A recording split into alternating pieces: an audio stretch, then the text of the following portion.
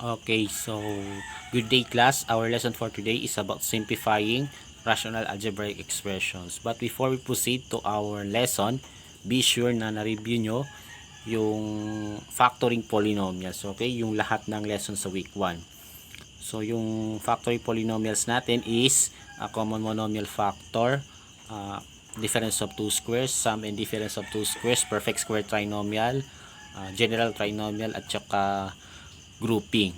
Okay, so mahalaga na i-review muna natin yan kasi kapag hindi natin na-review yan, mahihirapan tayong matuto ng sa lesson na to. Okay, okay, so we have example number 1. We're going to simplify x squared minus 4x all over x squared plus 2x minus 24. Okay, so yung first step natin is to factor the numerator and denominator. Okay? So, factor natin yung numerator at saka denominator. Now, to factor, no, unahin muna lagi yung common monomial factor. So, factor out the common monomial factor first. Okay? So, kukunin muna natin yung common monomial factor kung meron. Di ba? So, itong x squared minus 4x. As we can see, meron tayong common factor. No? Paano ko nasabi yan? Kasi tingnan nyo sa x, di ba? Present sa dalawang terms. Okay? So, meron tayong ibig sabihin, meron tayong common factor na x dito. So, ano ba common factor ng x squared at saka ng x? Ano ba common factor ng x squared at saka x? So, yung common factor nila is x, di ba? And then, to get the other factor, i-divide mo lang to yung dalawa sa x. So, x squared divided by x is x. And minus, ayan, 4x divided by x is 4. Over, ito, sa denominator, no? 1 yung coefficient dito. So, wala tayong common factor sa coefficient. And then, yung x hindi present sa lahat ng terms. Okay? Hindi present sa lahat ng terms. So, wala tayong common factor dito. So, ang gagawin natin is kopyahin na lang. X squared plus 2x minus 24. Okay? So, iyan po yung ano natin. After factoring a common monomial factor. And then, di ba tayo tapos? No? We're going to factor, no? As other different type. Okay, so ito x minus 4 sa taas muna tayo. Sa x minus 4 wala na yan, no? So kumbaga naka-linear mode siya. So wala na tayong ipa-factor pa dito. Okay? Pero dito sa baba, kung mapapansin nyo, 3 terms, 'di ba? So ibig sabihin dahil 3 terms siya, we can factor this polynomial as general trinomial. Okay? Regardless kung perfect square trinomial siya o hindi. Okay? Ano siya, trinomial. Okay, we can express this as a product of two binomials. So, kopyahin na lang natin ito, no? So, we have x multiplied by x minus 4, no? All over this. So, dalawang binomial siya. Yung first term ng binomial is x, di ba? Kasi nga, x times x is x squared, di ba? And then, maghahanap ka na naman ngayon ng dalawang number, no?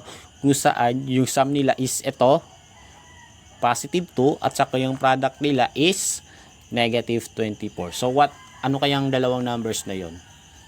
So yung dalawang numbers na yon ay positive 6 pala at saka ano po, no?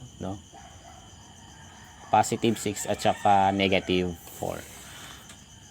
So, kaya naging positive 6 times negative 4 is positive 2, and positive 6 times negative 4 is negative 24. So, we have the factor form. Okay? So, kung tapos na kayo sa pag-factor, no?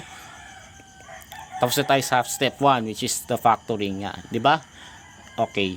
So, ang susunod is step 2, which is to cancel the common factors. So, paano natin malalaman kung meron silang common factor? So, makikita nyo, no? meron silang common factor both numerator and denominator. Ibig sabihin, parehas nag-appear sa numerator at saka denominator. So, ano kayang factor na nag-appear both numerator and denominator? So, that's x minus 4, di ba? Itong x minus 4. So, since nag-appear siya sa numerator and denominator, di ba?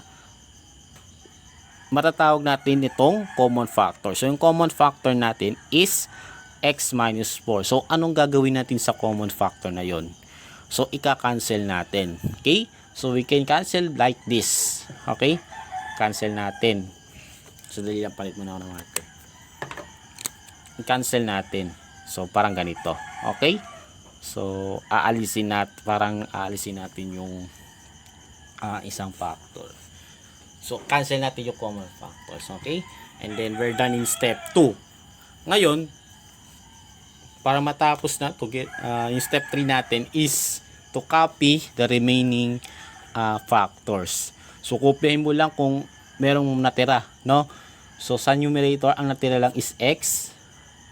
At sa denominator naman, ang natira is x minus 6. X plus 6, sorry.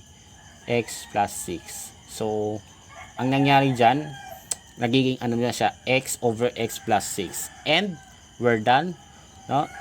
This is the simplified form of this given expression. So, x over x plus 6. So, this is the way of simplifying rational algebraic expressions. Okay?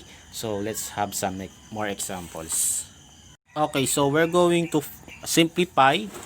No, example number 2, y squared minus 9 all over y squared plus 5y plus 6. Okay, so same process as before. No, yung step 1 natin is to factor both numerator and denominator. Okay, so unahin muna natin yung factor ng common monomial factor kung meron, di ba? Kung mapapansin nyo, walang 1 dito in terms of coefficient. And then in terms of variables, walang y dito. So there is no common factor here. No common factor here. Diba? And then sa baba naman, walang 1 dito. Again, walang 1 dito. Tapos dito, walang y dito. So wala naman tayong common factor dito. So ibig sabihin, parehas walang common factor na mailalabas. Okay? Wala tayong common factor dyan. And then, alamin muna na natin yung type of polynomial to be factored, no? Yun naman po ang ano natin. Susunod na i-determine. So, ito, y squared tsaka minus 9. So, as you can see, y squared at saka yung 9, no? Yun yung ano natin, no? Perfect square, parehas sila, di ba? Y squared at saka 9, para silang perfect square. Tama? So, we can factor this as difference of 2 squares. Okay?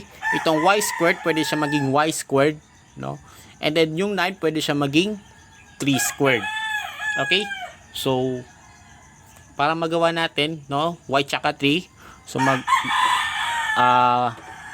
we write, no? As 2 factors as y plus 3 and then y minus 3. So, ito po yung factorization ng y squared minus 9. Kasi nga siya ay isang difference of 2 squares. Okay? Y at saka 3 yung terms. And then, sa baba naman, sa denominator, again, trinomial siya, di ba? So, alam na, di ba? Dalawang binomial, di ba? And then, yung first term natin is y. Okay? So, kasi trinomial na siya eh. So, we can factor this in this way. Okay? So, kukunin naman natin yung dalawang numbers kung saan yung sum nila is 5, no, positive 5, at saka yung product nila is 6. So, ano bang dalawang numbers na yun? So, we have 2 at saka 3. Di ba? 2 and 3. Di ba? Positive 2 at saka positive 3. Di ba? So, 2 plus 3 is 5. 2 times 3 is 6. Okay? So, we're done with the factoring. And then, step 2 natin is to cancel out common factors. Okay? So, ano bang common factors natin? Sa tingin nyo? So, di ba y plus 3? Diba? Pares silang nag-appear sa numerator at saka sa denominator. May y plus 3 dito sa taas, may y plus 3 naman dito sa baba. So, ang gagawin natin is to cancel out. Ganyan. Ganito, di ba? So, na-cancel out natin yung common factor. And then, lastly, isusulat natin yung natitirang factors. So, ang natira dito is y minus 3 at sa baba naman denominator ang natira is y plus 2. So the answer is y minus 3 all over y plus 2. So this is the answer. Okay, so we're moving on to the last example. So we have c cube minus 27 all over 2c squared minus 18. Okay, again, same steps as before. Yung step mo natin is to factor both numerator and denominator. Okay, so kukunin muna natin yung common factor nila. Okay, yung c cube at saka 27. So, meron pa silang common factor. So, wala. Diba? Walang yung 1 dito at saka yung c wala dito. Okay? So, walang tayong common factor dito. Pero dito, 2c squared minus 18, yung 2 tsaka 18 pa lang. Eto, coefficient nila, meron na silang common factor. Okay? So, ano yung common factor nila? So, 2. Diba? So, kunin muna natin yung c cube minus 27 all over 2. Yung common factor nila yung is 2. And then, walang c dito. So, wala tayong common factor na c. So, yung common factor nila is 2. And then, divide. No? So, 2c squared divided by 2 is c squared. And 18 divided by 2 is 9. Ayan. And then, after getting the common monomial factor, no? I-determine natin kung anong klase sila. Anong klaseng polynomial sila. So, unahin natin itong c cube minus 27. So, yung c cube at saka 27, parehas silang perfect cubes. Tama? Kasi itong c cube talaga yan. And 27, pwede siyang gawing 3 cube. Okay? So, therefore, we can factor this as difference of 2 squares. Diba? So, para ma-factor natin, magiging ano siya, c cube minus 3 cube. Diba? Yung terms na isusulat natin ay c at saka 3. So, alam natin yung factors ng cubes, no? Some difference of 2 cubes ay isang binomial at saka isang trinomial. So, yung sa binomial naman, yung terms natin ay c at saka 3. And then sa trinomial naman, sa una, square ng first term, ito yon. Tapos yung gitna, product nila. So, 3 times c or c times 3 is 3c. And then, sa last term naman is square nito, which is 9. And then, susundin natin yung slope. Okay? S, yung same sign. Ito yon, no? Opposite sign. And then, always positive. So, ito po yung factor sa numerator. And then, sa baba naman, c squared at saka 9, no? Parehas silang perfect square. So, we can factor this as a perfect square. No? I mean, difference of 2 squared. Okay? So, isolve muna natin yung 2. So, pwede siyang gawing c squared minus 3 squared. Diba? C squared minus 3 squared. So, c tsaka 3 ang sisusulat natin yung terms. So, we have c plus 3 and then c minus 3. So, that's it. Okay? And then, after nun, we're going to cancel out now their common factors. Ano mang common factors nila. So, itong c minus 3. So, cancel out natin. And then, isulat natin yung natitirang factors. Ito, at saka ito. So, we have c squared plus 3c plus 9 all over 2 multiplied by c plus 3. So, this is the answer. Okay? So, meron pa tayong isa pa, no? Pasensya na. Pero pa tayong isa, no? Ngayon lang to. So, ito na talaga yung last example. Ito na talaga, promise. So, we're going to simplify x squared plus 2x minus 8 all over x squared minus 2x minus 24. Okay. So, una natin is to factor, no? Kunin muna natin yung common monomial factor. So, as you can see, wala tayong common monomial factor. Okay? Wala tayong common monomial factor. So, alam nyo na yan kung bakit. And then, since pares silang trinomial, no? Pares silang trinomial, we can express both of them as a product of two binomials. So, unay na natin sa numerator. So, again, x, tsaka x, and then yung dalawang numbers nun, no? So, ano bang dalawang numbers yon? So, yung sum nila is positive 2, tapos yung product is negative 8. So, yung dalawang numbers nila ay 4, positive 4, at saka negative 2. So, alam nyo na yan kung bakit. Okay? And then, sa baba naman, x squared minus 2x minus 24. Ganun ulit. No? And then, yung first term natin is x. Ayan. Tapos, kukunin natin yung dalawang numbers kung saan yung sum nito is negative 2 and then yung product is negative 24. So, ano kayong dalawang numbers na yon? So, we have negative 6, di ba? At saka positive 4. Okay? So, alam niyo na yun kung bakit. Okay? And then, kukunin natin yung common factors nila. No? Ika-cancel out. No? Ika-cancel out natin yung common factors nila. So, ano bang common factors nila? So, x plus 4. Okay? So, i-cancel natin. Ayan. And then, isulat na lang natin. And then, finally, isulat natin yung natitirang factors. So, we have x minus 2 and then x minus 6. Okay? So, I hope na may natutunan kayo sa video na ito, no?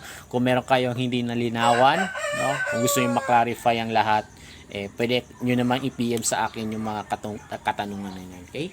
So, you are now able to answer activity A of your week 3 module. Okay? So, this is Sir Mark, and in math, we learn, solve, and enjoy. Salamat po.